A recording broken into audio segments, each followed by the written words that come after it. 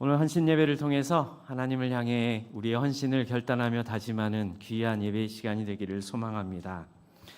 사랑하는 수유동교회 성도 여러분, 그리고 헌신을 다짐하며 하나님 앞에 예배를 준비한 우리 수유청 여러분, 오늘은 삶으로 드리는 헌신이라는 제야의 말씀으로 짧게 하나님의 은혜를 나누고자 합니다. 먼저 오늘 본문 말씀은 바울이 로마에 있는 성도들에게 전하는 메시지로 어떻게 하나님께 헌신하고 예배할 것인지 알려주고 있는 말씀입니다. 하나님께 드리는 헌신은 예배뿐만 아니라 우리가 살아가는 매일의 삶 속에서 모든 순간에서 하나님께 드리는 삶의 예배까지 포함되어 있다라는 사실을 기억하시기 바랍니다. 하나님께서는 우리가 그저 형식적인 예배를 드리는 것을 원하시지는 않으십니다.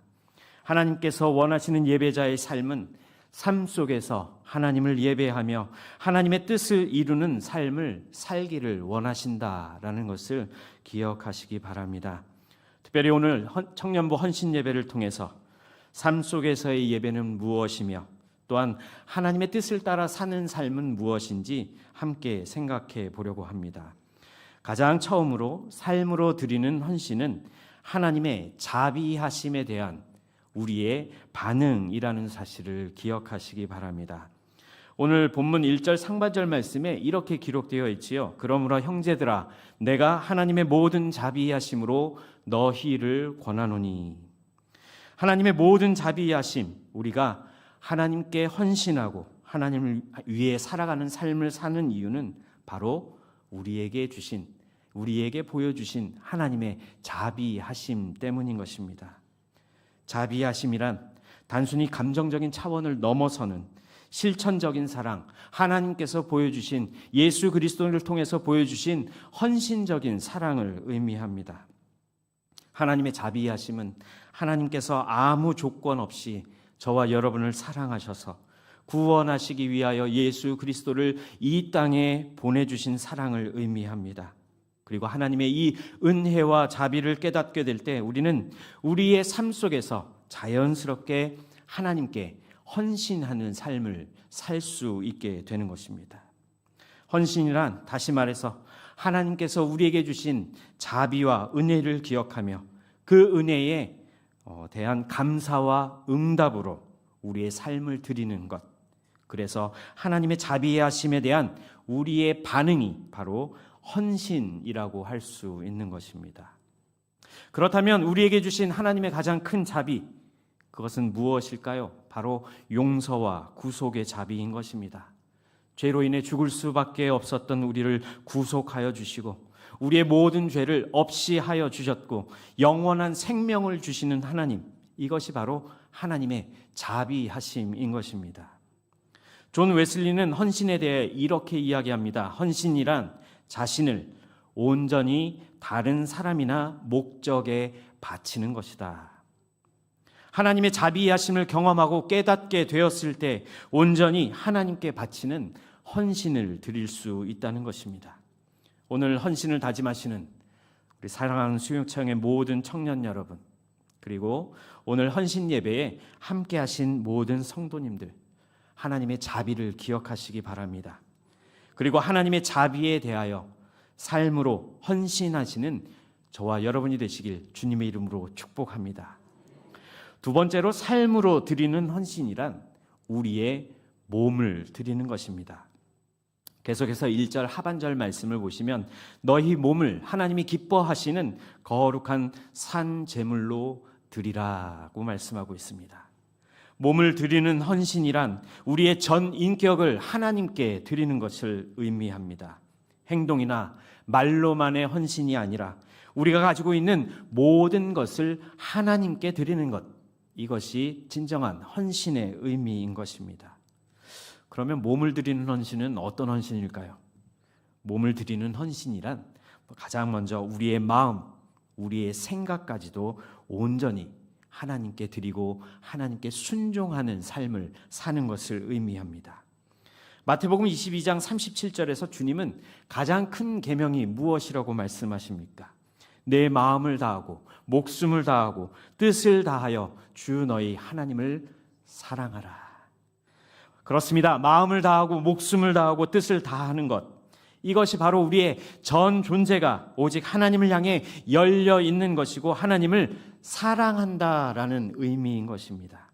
하나님께서 우리의 삶 중심에 계시는 것, 우리가 생각하는 모든 것에 초점이 되어주시고 우리가 생각하는 것에 가장 우선순위가 되어주시는 것, 그래서 하나님의 말씀을 순종하는 것이 삶으로 바뀌어지게 되는 것, 이것이 바로 우리의 마음, 우리의 생각까지 다하여 하나님께 순종한다라는 것입니다.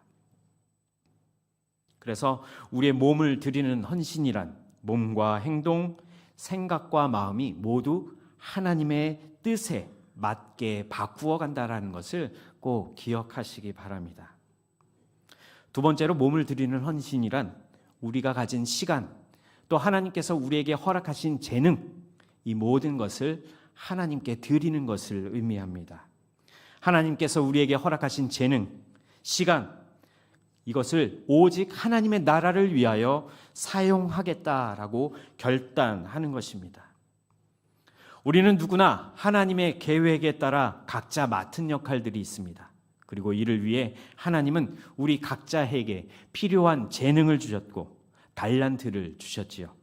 우리에게 허락하신 재능을 오직 하나님을 위하여 사용하는 것, 이것이 바로 몸을 드리는 헌신이라는 것입니다.